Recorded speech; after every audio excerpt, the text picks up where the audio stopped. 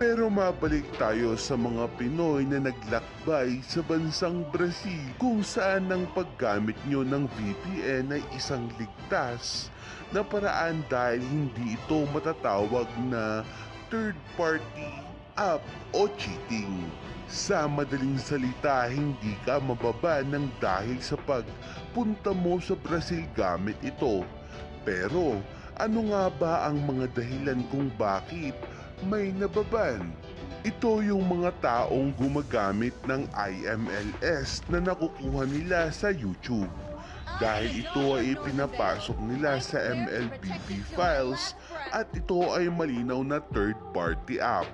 Kasunod ay ang tinatawag na map hack na ikinokonekta rin sa MLBB files para magamit ito na nagiging sanhi para ikaw ay maban ulit. Nandun rin yung modded na MLBB app katulad ng parallel app at ang illegal top-ups na sanhi ng pagkakaban ng iyong MLBB account.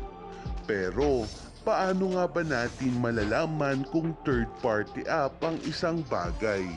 Ito ay yung mga files o application na ginagamit natin na kailangang kumonekta sa ating MLBB files o humihingi ng permission na gamitin ng iyong MLBB account.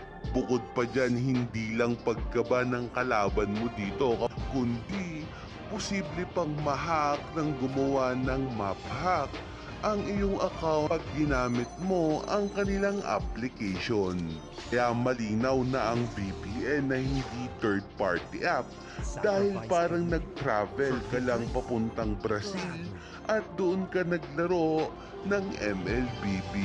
Kaya malabo pa sa sabaw ng pusit na ang iyong account ay mawala ng dahil sa iyong paglipad. Nandito na nga ang sagot sa lahat ng mga katanungan dyan sa iyong isipan at malinaw na hindi ka mababan ng dahil sa paglipad mo sa Brazil.